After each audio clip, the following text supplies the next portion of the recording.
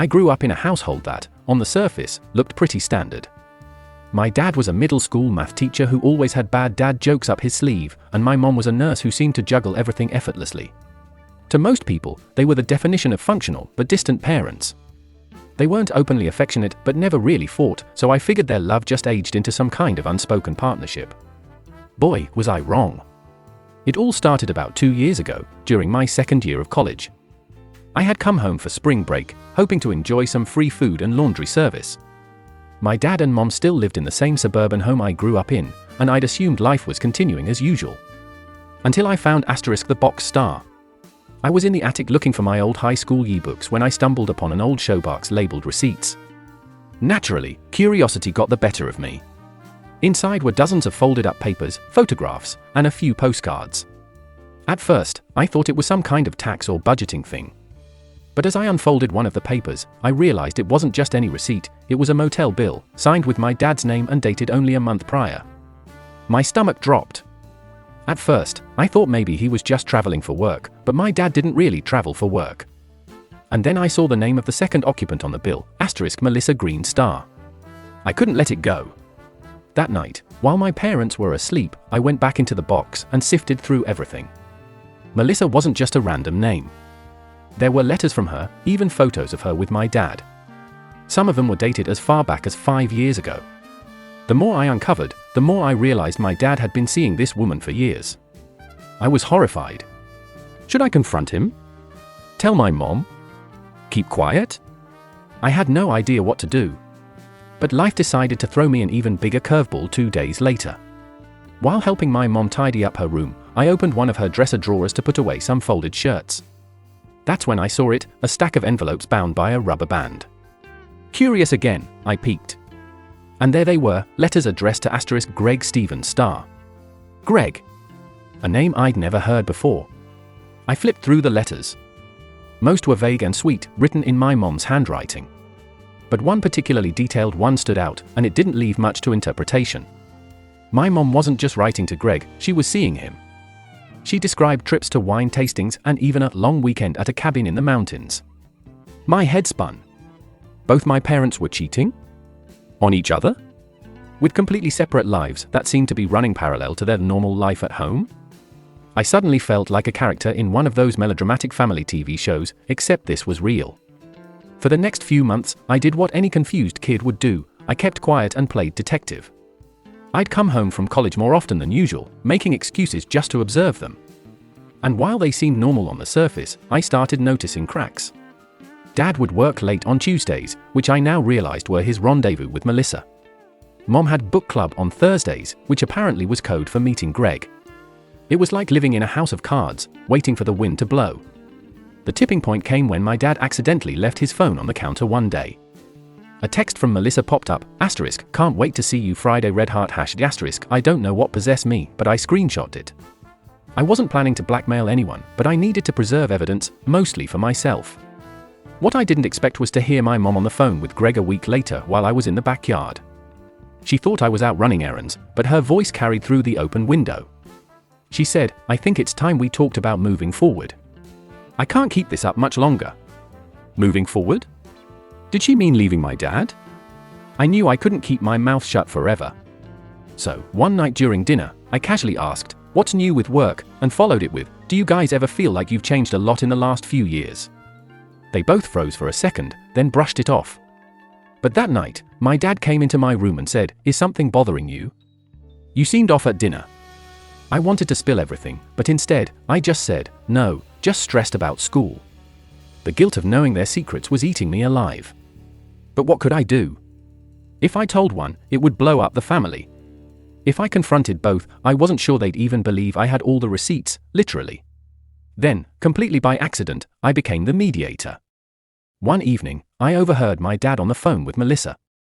He sounded agitated and said something like, "I can't just up and leave her." I don't know how she'd react. The next week, my mom was venting to her sister over coffee. I was eavesdropping again, and said, "I'm scared of what he'd do if I asked for a separation. What if he gets angry?" It was painfully clear, neither of them wanted to be together anymore, but both were too scared to break it off. So, I took a leap. I wrote an anonymous note to each of them, pretending to be someone who knew everything, and urging them to talk honestly with their spouse. To my surprise, it worked. A week later, they sat me down and said they were separating. They acted like this was a mutual decision they'd just come to, but I could see the relief on their faces. It wasn't easy watching my family split apart, but somehow, it felt like the healthiest choice. My dad moved in with Melissa, and my mom eventually started openly dating Greg. Looking back, I'm still amazed at how tangled life can get. My parents weren't villains, they were just two people stuck in a situation neither of them knew how to escape. If there's one thing I learned, it's that people's lives are rarely as simple as they seem, and sometimes, the best way to fix things is by giving them a gentle push in the right direction. Second story. I grew up in a small, boring town where nothing exciting ever happened. The kind of place where everyone knows your business, and your weekend plans usually revolve around walking aimlessly through the same handful of streets.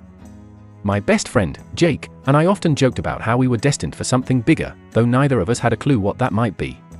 That something bigger happened on a random Saturday in October when Jake and I decided to go hiking in the woods behind the old quarry. The woods were mostly a place where kids went to drink cheap beer or skip school, but Jake swore he'd heard rumors about some hidden cave deep in the forest. It sounded like the kind of nonsense you hear in small towns, but we had nothing better to do, so we decided to check it out. We'd been wandering for hours, the afternoon sun starting to dip, when Jake suddenly stopped. "Do you see that?" he asked, pointing toward a cluster of bushes. At first, I thought he'd spotted some animal or a weird tree stump, but as we got closer, I saw what he meant. It was a black backpack, half buried under leaves and dirt. "Think it's someone's camping gear?" I asked. Jake crouched down and unzipped it. His face went pale. "Dude," he whispered, pulling out a thick stack of $100 bills. I froze. Inside the bag were stacks upon stacks of cash wrapped in rubber bands. I'd only ever seen that much money in movies. We sat there in stunned silence, staring at the contents of the bag. "What the hell is this doing here?" I finally asked. Jake shrugged, his hands trembling as he rifled through the bag. No ID, no notes, no explanation, just money. We quickly zipped it back up and carried it deeper into the woods, our heads spinning. Was it stolen? Drug money? A drop someone forgot to pick up? All we knew was that it didn't belong to us. But that didn't stop Jake from saying, "We should keep it." "Are you insane?" I snapped. "This kind of thing gets people killed." Jake rolled his eyes. "Come on, man. No one knows we found it. It's just sitting here. What are the chances anyone's coming back for it now?" I argued with him for what felt like hours, but deep down, I wasn't entirely sure he was wrong. That kind of money could change our lives. Pay for college, get us out of our dead-end town, maybe even start fresh somewhere far away. We ended up splitting the bag and agreeing to keep it a secret. We didn't count it right away, it felt too risky out in the open, but when I got home and finally tallied my share, it came out to just over $50,000. The first few weeks were surreal. Jake and I swore we wouldn't spend the money on anything obvious, but that didn't stop him from buying a new gaming PC and a designer jacket just to test the waters. I was more paranoid, hiding the cash in a showbox under my bed and pretending nothing had changed. But things did change. Jake became reckless. He started skipping school more often, buying expensive meals, and bragging to girls about his rich uncle who sent him money. Meanwhile, I couldn't shake the feeling that someone was watching me. Every car that drove past our house, every stranger I saw in town, I was convinced they were connected to the backpack. Then one night, everything came crashing down. Jake called me, his voice shaking. "I think someone's following me," he said. "What? Who?" "I don't know. I was at the mall, and this guy kept staring at me. Then he followed me into the parking lot. I swear he knows about the money." I tried to calm him down, but I was just as scared. If someone really was looking for the cash, how long until they connected the dots to me, too? The next day, Jake didn't show up to school or answer his phone. Panic set in. I biked over to his house after school, only to find his mom crying on the porch. She said he'd taken off in the middle of the night and hadn't told anyone where he was going. That's when I knew the money had officially ruined everything. For weeks, I barely slept. I debated turning my half of the cash into the police, but I was terrified of what they might ask or who might come looking for me if they found out. Jake was gone, and I was left holding the secret. Months passed. Eventually, I heard through the grapevine that Jake had been spotted in another state, working odd jobs and living in a rundown motel. I considered reaching out, but couldn't bring myself to. As for me, I still have most of the money. I've used small amounts here and there to pay for things like textbooks and rent, but every time I touch it, I feel a knot of guilt in my stomach. I wish I could say this story has a satisfying ending, but it doesn't. The bag is still hidden in my closet, and Jake and I haven't spoken in over a year. I don't know if anyone else ever came looking for the cash, or if it's just been a giant coincidence that my life feels so unstable now. All I know is that finding that backpack was the moment everything changed, and not for the better. Sometimes I think about what would have happened if we'd just left it there. Would Jake and I still be friends? Would I feel like my life belonged to me, instead of being tied to this stupid bag of money? I guess I'll never know. Third story. My neighborhood was one of those quiet, sleepy places where nothing dramatic ever seemed to happen. Kids rode their bikes until dusk, elderly couples tended their gardens, and everyone waved at each other but rarely got too involved in anyone else's business. I'd lived there my entire life, and while it felt safe, it also felt a little suffocating. One neighbor I always made time for was Mrs. Walker, an elderly widow who lived 3 doors down. She was the quintessential sweet grandma type, always offering homemade cookies and telling stories about the good old days. My parents often asked me to check in on her, especially after her health started to decline. One afternoon, she called me over to help move some boxes. She said she was finally cleaning out her late husband's study, which had been untouched since his passing 10 years ago. The request seemed simple enough, so I headed over after school. The study was a time capsule. Faded wallpaper, an old wooden desk cluttered with knickknacks, and shelves lined with books so dusty you could barely read the spines. Mrs. Walker directed me to a stack of boxes by the closet. "These can go in the attic," she said, handing me a key. "But don't open them, they're just papers and old nonsense." I nodded and got to work. As I lifted the first box, something fell from the top. It was a leather-bound notebook, worn and faded. I picked it up and handed it to Mrs. Walker, expecting her to take it without much thought. Instead, her face went pale. "Where did you find this?" she whispered, clutching the notebook tightly. "It was on top of the box," I said, suddenly feeling like I'd done something wrong. She stared at it for a moment, then shook her head. "You can leave it here." "Thank you, dear." I couldn't stop thinking about her reaction. It was just a notebook, why had it rattled her so much? The next day, curiosity got the better of me. I stopped by her house again under the guise of checking in. She seemed distracted, but eventually, she said, that notebook belonged to my husband. He kept a lot of secrets. She hesitated, then added, "I think it's time someone else knew the truth." She handed me the notebook. Inside, I found what looked like journal entries mixed with cryptic notes. Some were mundane, mentions of gardening, errands, and neighbors, but others were strange. There were sketches of the neighborhood, names circled, and dates listed alongside cryptic phrases like 3 a.m., saw him again, and key missing, 7/14. As I flipped through, one name kept appearing, Thomas Grayson Starr. Thomas was a neighbor who had disappeared 10 years ago. He'd been a quiet, unassuming man who lived a few houses down. One day, he simply vanished. The police had investigated but found no leads.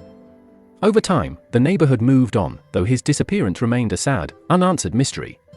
The notebook seemed to suggest that Mrs. Walker's husband, Harold, had been keeping tabs on Thomas in the months leading up to his disappearance.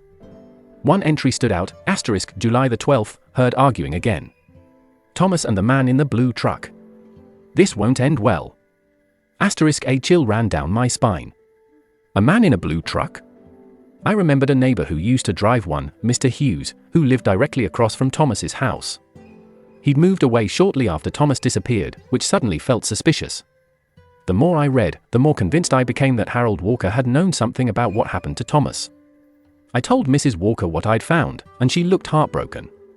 Harold was a good man, but he was paranoid, she said. He kept a close eye on the neighborhood, always convinced something was going on. I didn't take him seriously at the time.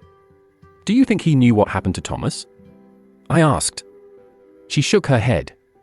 "If he did, he never told me. But Harold never wrote anything down without a reason. Maybe there's more to this." Together, we decided to go through Harold's old belongings. It felt invasive, but Mrs. Walker insisted. She said she wanted closure, not just for herself, but for Thomas's family, who had never gotten answers. Among Harold's things, we found a set of old Polaroids. Most were unremarkable, pictures of the yard, the house, and the neighborhood, but one caught my attention.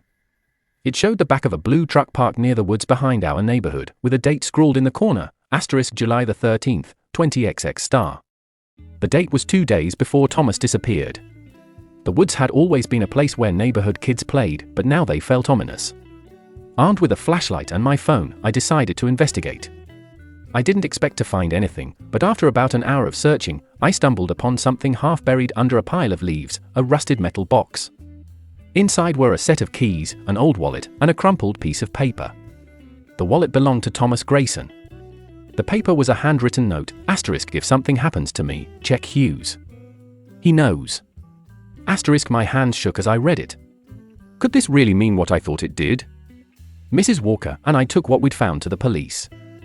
They reopened the case, and it didn't take long for everything to unravel. Mr. Hughes, it turned out, had been involved in a financial dispute with Thomas. The argument had escalated, and Hughes admitted to accidentally killing Thomas in a fit of rage.